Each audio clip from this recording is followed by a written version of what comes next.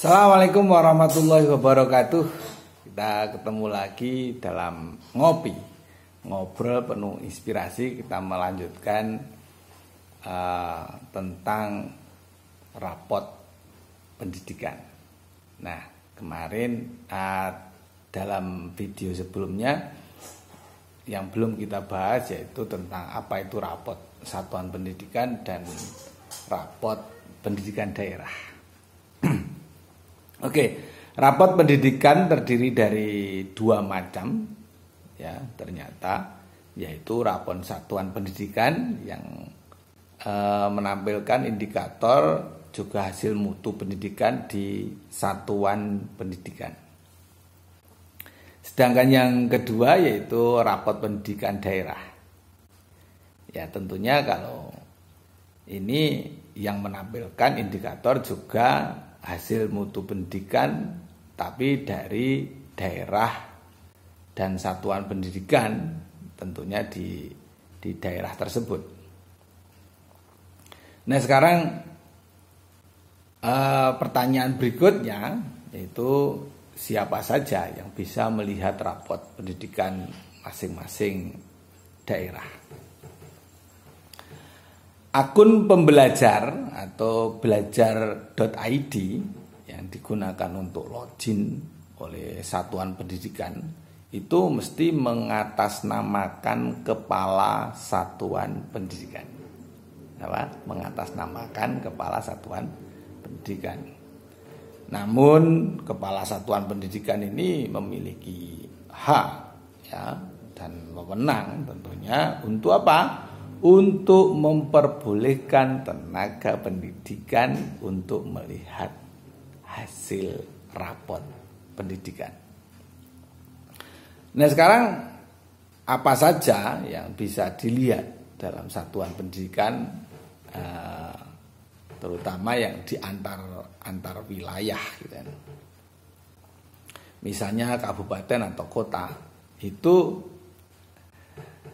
tidak dapat melihat data antar wilayah, namun provinsi tentunya ya, provinsi ini dapat melihat data antar wilayah, yaitu seluruh kabupaten yang ada di provinsi tersebut. Jadi kalau antar wilayah nggak bisa ya, tapi kalau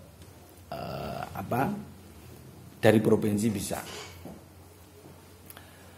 Apakah penggunaan rapot pendidikan ini bersifat wajib? Wah ini menarik. Ini menarik ya. Tidak wajib. Wah, tidak wajib. Ya, tidak wajib untuk digunakan. Namun sangat disarankan untuk menggunakan rapot pendidikan. Sebagai apa? Sebagai bahan acuan dasar dalam pelaksanaan perencanaan berbasis data. Ya, jadi ini disarankan untuk apa? Pelaksanaan perencanaan berbasis data. Karena ini langsung dipantau oleh provinsi masalahnya. Tapi sementara ini mungkin ya saya nggak ngerti ya, tapi tidak diwajibkan. Data yang ada di dalam rapot pendidikan itu sudah sangat lengkap dan dapat mepresentasikan, ya, menggambarkan kondisi satuan pendidikan pada saat ini. Ya, jadi provinsi langsung bisa ngerti, itu keuntungannya. Sehingga pada dasarnya tidak diperlukan lagi untuk melakukan pengumpulan data atau penggunaan data di luar rapot pendidikan oleh satuan pendidikan. Itu keuntungannya. Nah, di mana kita ini Winscriber semua dapat menghubungi atau helpdesk atau layanan bantuan apabila memiliki kendala. Nah ini setelah melihat video dari saya, ya mungkin ada informasi-informasi dari lain atau video tutorial atau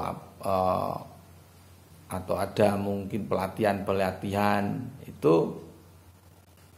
Dinas Pendidikan itu akan memberikan tautan atau yang harus kita buka, tapi kita harus mengisi form atau formulir. Ya, nanti linknya akan saya tautkan. Linknya akan saya tautkan.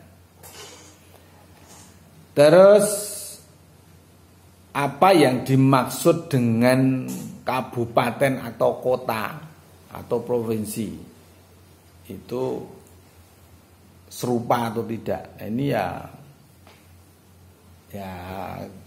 kita sampaikan di sini dalam ngopi ngobrol penuh inspirasi ini agar kita jelas pemahamannya sama ya tentang rapot pendidikan. Kabupaten atau kota atau provinsi itu sebenarnya serupa. Kenapa? Karena daerah di Indonesia yang memiliki karakteristik atau lokasi dan sosial ekonomi peserta didik yang serupa lah di tempat atau di wilayah manapun, termasuk di wilayah Winscribe semua. Nah ini mengapa ya kita kok perlu ada perbandingan dengan kabupaten atau provinsi yang serupa?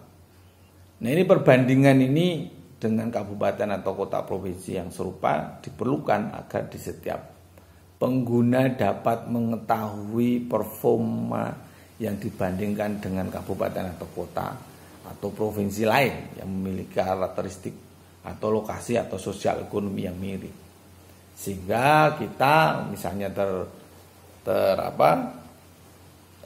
tercakup atau kita menjadi tim pengembangan sekolah ya, atau tim penjamin mutu sekolah itu dapat mengukur kualitas pendidikan secara lebih komprehensif, adil, karena indikatornya yang dipakai tidak hanya berdasarkan wilayah kita saja, tapi bisa di seluruh Indonesia karena dengan aplikasi ini. Nah, ini penting, ini ada pertanyaan penting ya, yaitu apa saja indikator yang digunakan dalam menentukan kabupaten atau kota atau provinsi. Indikator apa saja yang menentukan. Tapi indikator ini atau karakteristik ini akan kita bahas dalam pertemuan berikutnya. Semoga bermanfaat. Dari saya cukup sekian, saya akhiri wabillahi taufiq wal hidayah. Wassalamualaikum warahmatullahi wabarakatuh.